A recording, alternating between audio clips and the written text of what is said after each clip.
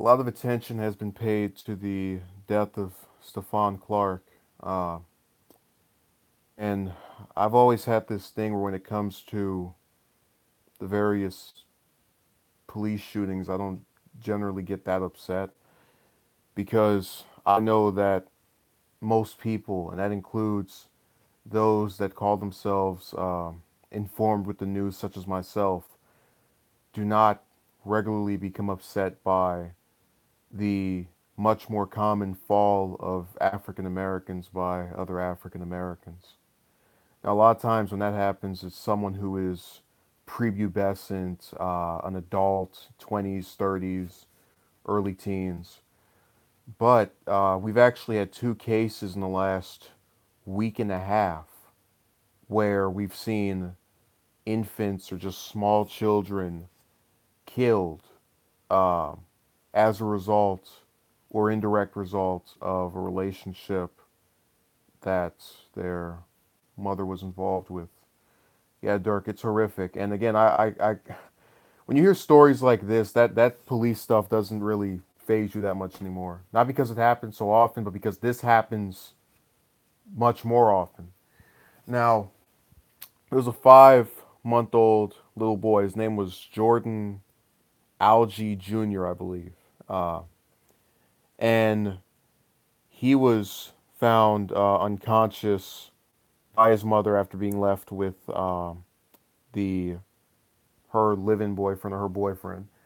And you'll never guess what the mother did to make the boyfriend want to just turn to violence against the child. You'll never figure what was her grand act of evil that prompted this man to say, you know what, I'm not going to address this with her. I am going to lash out and strike um, her defenseless baby, who has no role in any of the affairs of the mother because, oh, he's only been alive for what, 200 days? 100, 120, something along those lines. Well, according to this article, um, all of this mayhem, carnage, and just evil was the result of the boyfriend reading text messages on the phone of the mother. Yes, little uh, Twitter-like post that you have on your account, you can on your phone, you can go back and read and do whatever with, were the result for this child dying. And they weren't messages that the little boy wrote. The little boy was only 5 months old at the time of his murder.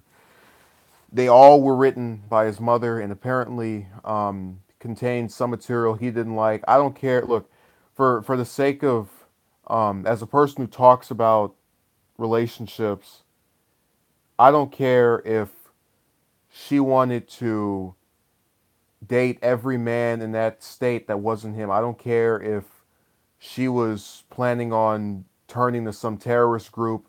I don't care if she was the person who repealed net neutrality.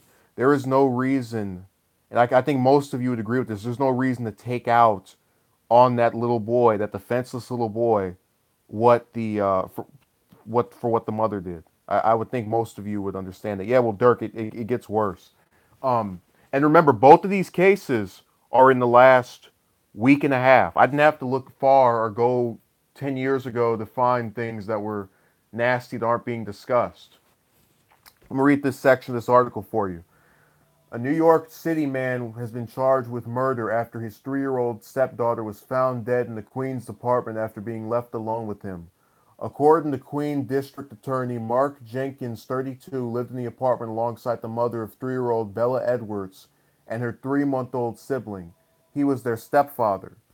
Bella was found unresponsive Monday by her mother, Tamika Gonzalez, 25, and rushed to hospital where she was pronounced dead.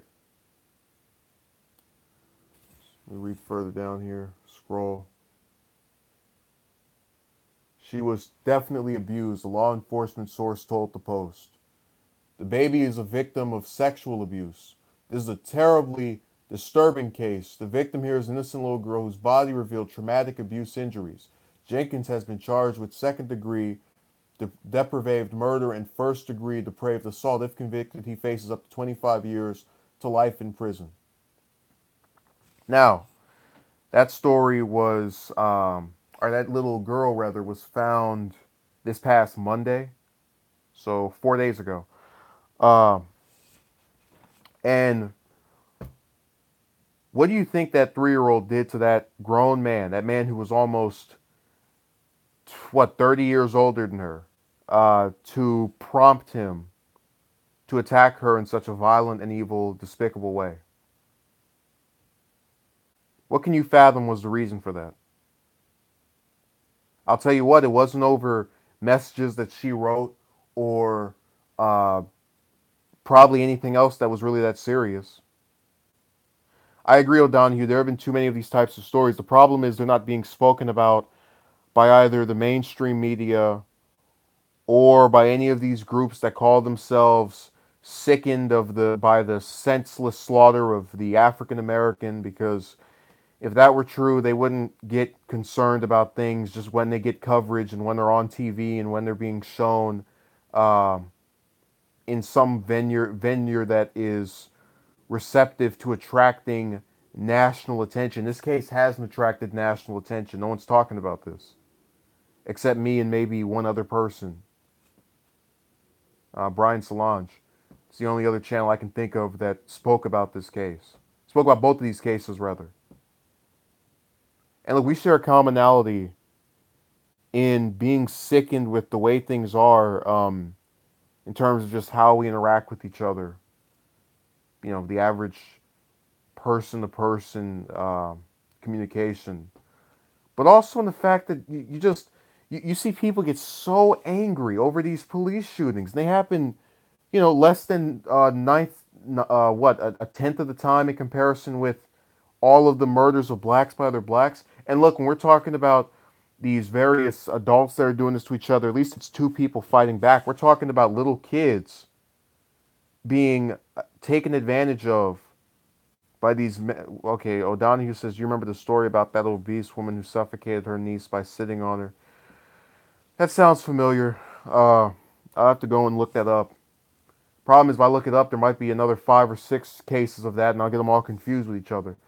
So I'm talking about this case because I want those who are followers of this channel to be aware of the fact that there is a secret war, an open secret war, not being discussed by the media or many of these so-called figures of notoriety that happen to be African American, that involves African Americans being slaughtered by other African Americans, but also the subcomponent, the one that I've just broken down into, are the generation of small children born in the early 2010s who at this point are not able to um, stand up for themselves, that are reaping the consequences of the choices made by their mother in who they chose to involve themselves with uh, after having them. And listen, any person who's single, I think, should be able to date whoever they want, whether that's, some guy that has a record that's as long as, you know, the Empire State Building, if you put everything he's done on a piece of paper and just kept adding one thing after another. But when you have children, I think they should come first.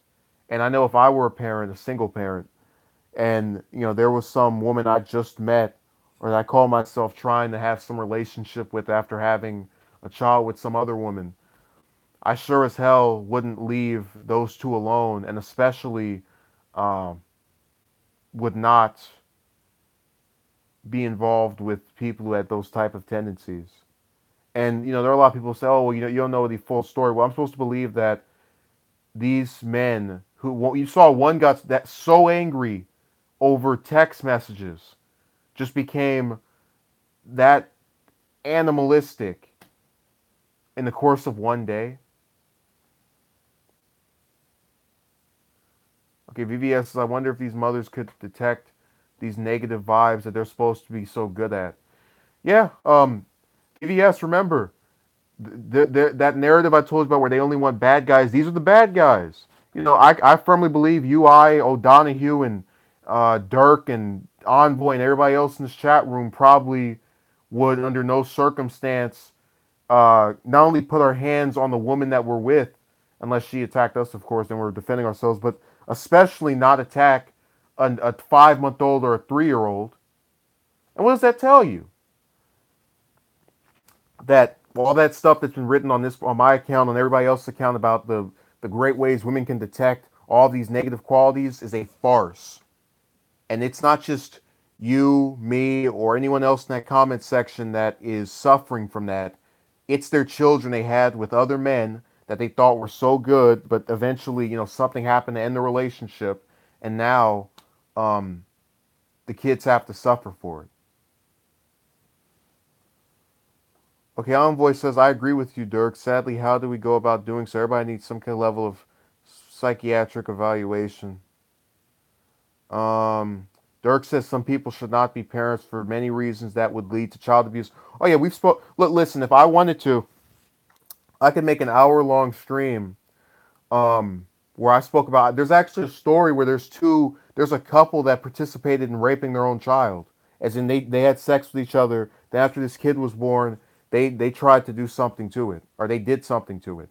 So I could make a whole stream about the evils of the fact that we don't try to check or make any type of system in place to where people, have to have evaluations before they can just start hatching out children. But you have to understand, you live in the U.S. where there are a number of conservatives and liberals that likely would say, yeah, this particular case is disgusting, but nonetheless, we're not going to impose any measures that would cause there to be, a likelihood of these types of stories lessening. Think about this. You have to be a certain age before you can drink. You have to be a certain age before you can drive. You have to be a certain age before you can go to the military and get slaughtered for over a ridiculous war that the leaders of your country knew was ridiculous, and that's why they don't have themselves over there. But in the case of having a child, bring a life into the world, all you have to have, if you're a man, is a functioning penis. And if you're a woman, all you have to do is have a vagina.